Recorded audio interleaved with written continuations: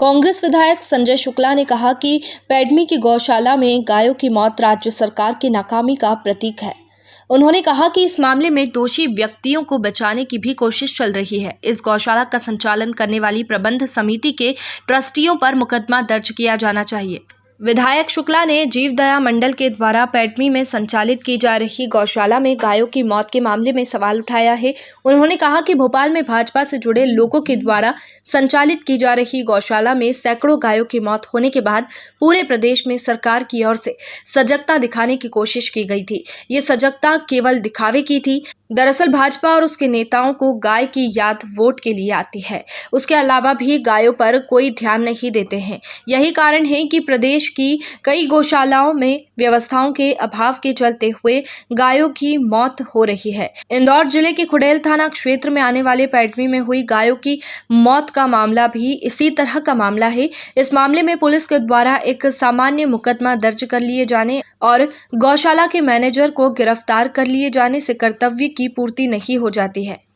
और उसके बाद भी सरकार मौन बैठी हुई है। सबसे बड़ी बात है, जहां मुख्यमंत्री खुद रहते हो उस भोपाल के अंदर सबसे पहले घटना हुई वहाँ पर करीब 40 से 50 गायों कंगाल शव मिले।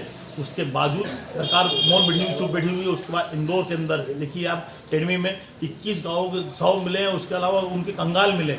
उसके अलावा विदिशा है, गुना है, शिवपुरी है, चितरपुर है, सब जगह यह हालत है, हाहाकार मचा हुआ है। गौ माता की कोई रक्षा नहीं कर रहा है और लगातार गौ माता मर रही है। और एक तरफ धर्म के नाम पर राजनीति करते हैं और दूसरी तरफ ये धर्म के नाम पे देखिए गाय मर रही है। दूसरी तरफ बोलते हैं कि गौ माता को हम कटने नहीं देंगे। गौ माता के ये इनके वहाँ सब कट रहा है, पर उस पर ध्यान नहीं दिया जा रहा है। तो गौ माता मर जा रही है, उसके अलावा कोई ध्यान नहीं दिया जा रहा। उसके अलावा इंदौर के लिए बड़ी दुर्भाग्य की बात है कि मुख्यमंत्री ने 1 करोड़ 35 लाख रुपए इसी गौशाला के लिए मंजूर करे, परंतु वहाँ पर सब भ्रष्टाचार हो गया, वहाँ कोई काम नहीं हुआ।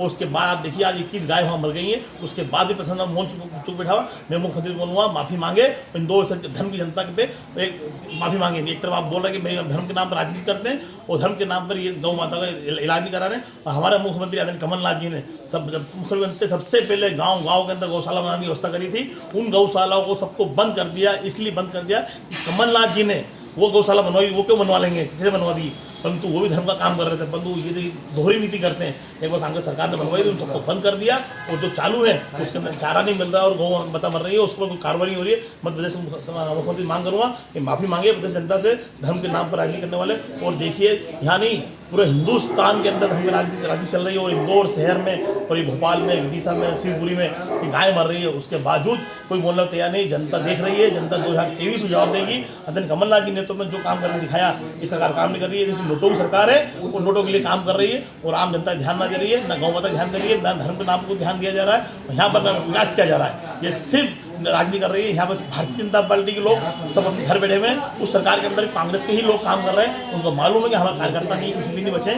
इसलिए सब ऐसा हो रहा है कि वहाँ तक मालूम पड़ा कि 4-5 मुख्यमंत्री आदरणीय शिवाजी मुख्यमंत्री, आदरणीय उत्तम मिश्रा जी मुख्यमंत्री, BD शर्मा जी मुख्यमंत्री, आदरणीय तोमर साहब मुख्यमंत्री, 5-5 मुख्यमंत्री होने के बावजूद देश की हालत ये क्या है आप देख रहे हैं।